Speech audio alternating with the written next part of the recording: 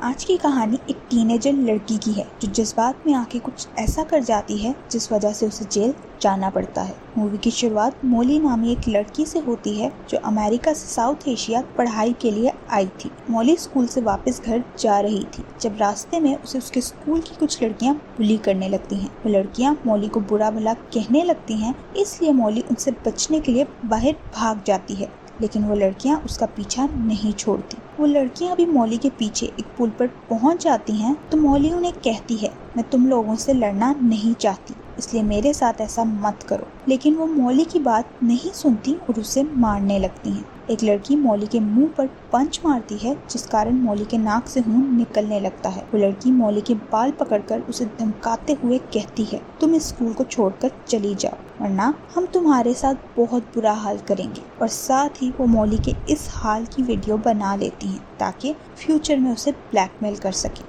Video बनाते हुए वो लड़की मोली के मुंह पर थूकती है और इस वीडियो को सोशल मीडिया पर पोस्ट कर देती है। ये लड़कियां मोली के साथ काफी बुरा बर्ताव करने और उसे पीटने के बाद वहां से जाने लगती हैं, लेकिन अब मोली का सबर जवाब दे चुका था। उसे उनके इस बर्ताव पर बहुत गुस्सा आता है और वो पास पड़ा एक पाइप उठाकर उस लड़की के सर पर मारती है, लेकिन तभी वहाँ एक आदमी आकर मोली को रोक देता है। नेक्स्ट सीन में मोली के अंकल टॉमी उसे लेने आते हैं और घर जाकर उसे बताते हैं, स्कूल वालों ने तुम्हें इस हरकत की वजह से स्कूल से निकाल दिया है और हो सकता है अब तुम्हें जेल भी जाना पड़े।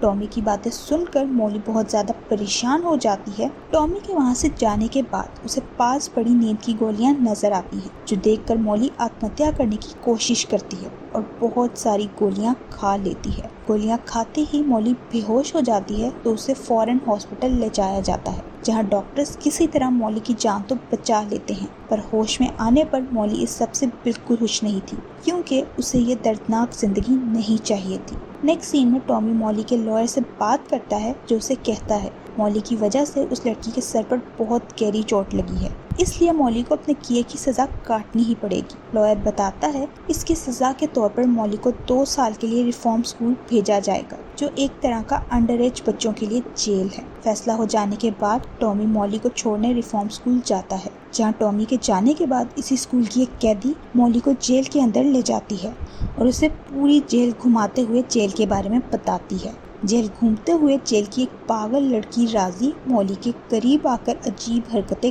करने लगती है और साथ ही वो मोली को जान से मारने की भी धमकी देती है, यानी यहाँ भी मोली को बुली का शिकार होना पड़ेगा। उसी वक्त एक दूसरी लड़की आती है जो उस राजी को मोली से दूर रहने का कहती है और मोली को वहाँ से भेज देती है। फिर मोली को उसके सेल में ले जाया जाता है जहाँ उसके अलावा और लड़कियाँ भी थी। सेल की एक लड़की मोली को सबके सामने ही कपड़े बदलने का कहती है, जो मोली को बहुत अजीब लगता है, लेकिन वो नई थी और बहुत ज़्यादा डरी हुई भी, इसलिए उनके फोर्स करने पर वो मजबूरन उनकी बात मान लेती है। लंच के टाइम पर सब लड़कियों को खाना खाने के लिए बाहर बुलाया जाता है, जहाँ मोली कैट नामी लड़की से मिलती है और उन दोनों की दोस्ती भी हो जाती है। वहाँ राजी फिर से मोली को देखने लगती है तो कैट मोली को बताती है इस लड़की ने अपनी पूरी फैमिली का मर्डर कर दिया था। कैट उसे ये भी बताती है यहाँ हर हफ्ते लड़कियों के बीच फाइट करवाई जाती है और साथ ही उन फाइट करने वाली लड़कियों पर काफ़ी पैसा भी लगाया जाता है। कैट मोली को मज़ीद बताती है ये सिर्फ नाम का रिफॉर्म स्कूल है, यहाँ इस नाम की आड़ में बहुत सारे काले धंधे किए जाते हैं। वो कहती है तुम्हें भी यहाँ होने वाली फाइट में हिस्सा लेना होगा, क्योंकि अगर तुमने ऐसा नहीं किया तो ये लोग तुम्हें बहुत टॉर्चर करेंगे। मॉली उसे कहती है मैं इस बारे में अपने अंकल को कॉल करके बताने वाली हूँ, जिस पर कैट उसे ऐसे करने से मना करती है, क्योंकि अगर उसने ऐसा किया तो उसे और उसके अंकल को मारकर कहीं फेंक दिया जाएगा। कैट के मना करने के बावजूद मॉली टॉम को कॉल करके कहती है मैं यहाँ नहीं रहना चाहती, मुझे जल्दी यहाँ से बाहर निकालो। तभी वहाँ एक गार्ड आ जाता है जो चिल्लाकर मॉली को कॉल बंद करने का कहता है, इसीलिए मॉली टॉम को कुछ नहीं बता पाती और उसे फोन बंद करना पड़ता है। फिर स्कूल की वार्डन मॉली को अपने ऑफिस में बुलाती है। वो मॉली को कुछ पेपर साइन करने का कहती है तो मॉली कहती है मुझे इन पेपर्स पर लिखी लैंग्वेज समझ नहीं आ रही, इसलिए मैं इससे पढ़े बगैर साइन नहीं कर सकती। वार्डन मॉली से कहती है अगर तुम इन पेपर्स पर साइन नहीं करोगी तो तुम्हें यहाँ ज्यादा समय के लिए रहना पड़ेगा, जो सुनकर मॉली डरते हुए फौरन साइन कर देती है। अगले दिन मॉली को बताया जाता है अगर उसे यहाँ रहना है तो उसे यहाँ काम भी करने पड़ेंगे, इसलिए मॉली सफाई का काम करने लगती है। सफाई करते हुए मॉली के पास एक लड़की रीजा आती है जो मॉली को तंग करने लगती है। वो मॉली से कहती है मैं तुम्हारे साथ सोना चाहती हूँ क्योंकि तुम मुझे बहुत अच्छी लगती हो। मॉली उसे वहाँ से जाने का कहती है लेकिन रीजा मॉली के सर पर जोर से मारती है। कैट को जब पता चलता है रीजा ने मॉली को तंग किया तो कैट उससे लड़ने चली जाती है, लेकिन तभी वहाँ गार्ड्स आकर उन दोनों को शांत करते हैं। इसी बीच वार्डन भी वहाँ आ जाती है जो कैट और दूसरी लड़की को अंदर बुलाती है, लेकिन जाने से पहले वो मॉली को बहुत गुस्से से देखती है। रात को मॉली अपने सेल में सो रही थी जब वार्डन 2 गार्ड्स के साथ कैट को वहाँ लाती है जो बहुत बुरी हालत में थी। उन गार्ड्स ने कैट के साथ ज्यादती करने के बाद उसे बेरहमी से मारा था, जिसके बाद वार्डन मॉली को धमकाते हुए कहती है अगर तुमने इस बारे में किसी को भी बताया तो मैं तुम्हारी जान ले लूंगी। नेक्स्ट सीन में फाइट का दिन आ जाता है जिसमें वार्डन इस बार मॉली को एक लड़की से फाइट करवाती है, जिससे मॉली पूरी तरह हार जाती है और उसे काफी चोट भी आती है। जाने से पहले वार्डन मॉली से कहती है 2 हफ्ते बाद तुम्हारी फिर से फाइट होगी, इसलिए अभी से तैयारी करना शुरू कर दो। मॉली फाइट करने के लिए ट्रेनिंग लेना चाहती थी, इसलिए वो उस लड़की के पास जाती है जिसने शुरू में मॉली को रीजा से बचाया था। उस लड़की से बाकी लड़कियां और गार्ड्स बहुत डरते हैं। मॉली उसे कहती है मैं भी तुम्हारी तरह स्ट्रॉन्ग बनना चाहती हूँ, इसलिए मैं चाहती हूँ तुम मुझे ट्रेनिंग दो ताकि लोग मुझसे डरें और दोबारा मेरे साथ नाइंसाफी ना हो। लेकिन वो लड़की मॉली को ट्रेनिंग देने से मना कर देती है। अगले सीन में मॉली टॉमी को कॉल करती है जो मॉली को बताता है जेल के लोग मुझे तुमसे मिलने की परमिशन नहीं दे रहे क्योंकि वो कह रहे हैं तुमने कुछ ऐसे पेपर साइन किए हैं जिनमें लिखा था कि तुम मुझसे नहीं मिलना चाहती। मॉली टॉमी को सच बताना चाहती थी लेकिन वो ऐसा नहीं कर पाती क्योंकि बहुत सारे लोग उनकी बातें सुन रहे थे।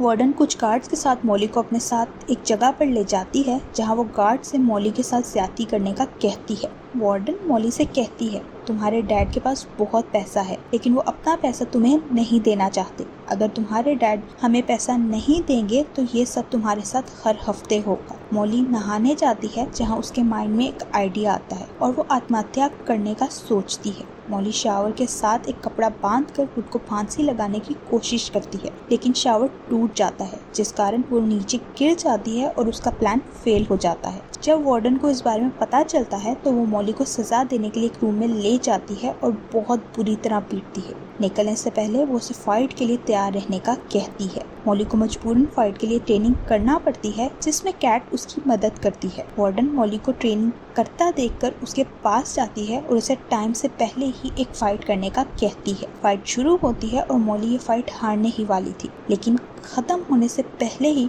मॉली अपने ओपोनेंट पर एक अच्छा सा वार करती है जिस कारण मॉली ये फाइट जीत जाती है। फाइट के बाद मॉली जिम में वर्कआउट करती है लेकिन तभी वहाँ वार्डन आती है और मॉली को कहती है तुम इस जिम में वर्कआउट नहीं कर सकती। लेकिन मॉली हार मानने के बजाय उसकी बात सुनकर अपने सेल में आकर वर्कआउट करने लगती है। इधर वार्डन रीजा के पास जाती है और उसे एक इंजेक्शन लगाते हुए कहती है तुम्हें मॉली को मारना होगा। रीजा जो मॉली से शुरू से नफरत करती थी वो तो कब से इस मौके के तलाश में थी, इसलिए वो तुरंत तैयार हो जाती है। दूसरी तरफ मॉली को 2 दिन भूखा रखा जाता है ताकि वो कमजोर हो जाए। मॉली को बहुत भूख लग रही थी तभी रात को मॉली को एक चूहा नजर आता है और भूख के मारे वो उसी चूहे को उठाकर खा लेती है, जिसके बाद वो कैट से कहती है हम यहाँ से भाग कर ही रहेंगे। इसलिए मॉली एक प्लान बनाने लगती है। मॉली का फाइट का दिन आ जाता है। फाइट में पहले तो रीजा मॉली की खूब कुट लगाती है लेकिन फिर मॉली उसी के बालों से उसका गला दबाकर उसे घायल कर देती है। वार्डन मॉली से रीजा को मारने का कहती है लेकिन मॉली ऐसा करने से मना कर देती है। वार्डन मॉली की बात इग्नोर करके उसे एक चाकू देकर कहती है इससे रीजा को मार दो वरना मैं तुम्हारी जान ले लूंगी। मॉली वार्डन के हाथ से चाकू लेकर रीजा को मारने के बजाय वार्डन के गले पर चाकू रख देती है। वार्डन इस हालत में भी मॉली को धमकी देने से बाज नहीं आती और कहती है जो तुम कर रही हो इसका अंजाम अच्छा नहीं होगा। मॉली उसकी किसी भी धमकी की परवाह किए बिना चाकू से वार्डन की टांग पर घाव लगाती है और फिर पास खड़े एक गार्ड की गन लेकर वार्डन पर तान लेती है। मॉली वहां मौजूद बाकी लड़कियों को भी भागने का कहती है और खुद वार्डन को पकड़कर वहां से बाहर ले जाती है। मॉली जेल की लड़कियों को वहां से आजाद करवा देती है और वार्डन को सब लड़कियों के बीच फेंक देती है, तो सब लड़कियां उस पर टूट पड़ती हैं और उसकी खूब धुलाई करती हैं। तभी कैट वहां एक कार लेकर आती है तो मॉली उसके साथ कार में बैठकर वहां से चली जाती है। कैट और मॉली का इस जेल से निकलने का प्लान कामयाब हो जाता है और इसी के साथ इस मूवी का भी एंड हो जाता है। किसी भी जालिम का जुल्म जब हद से बढ़ता है तो ऐसे ही उस जालिम का निशान मिट जाता है, जैसे वार्डन का मिट गया। Thank you for watching.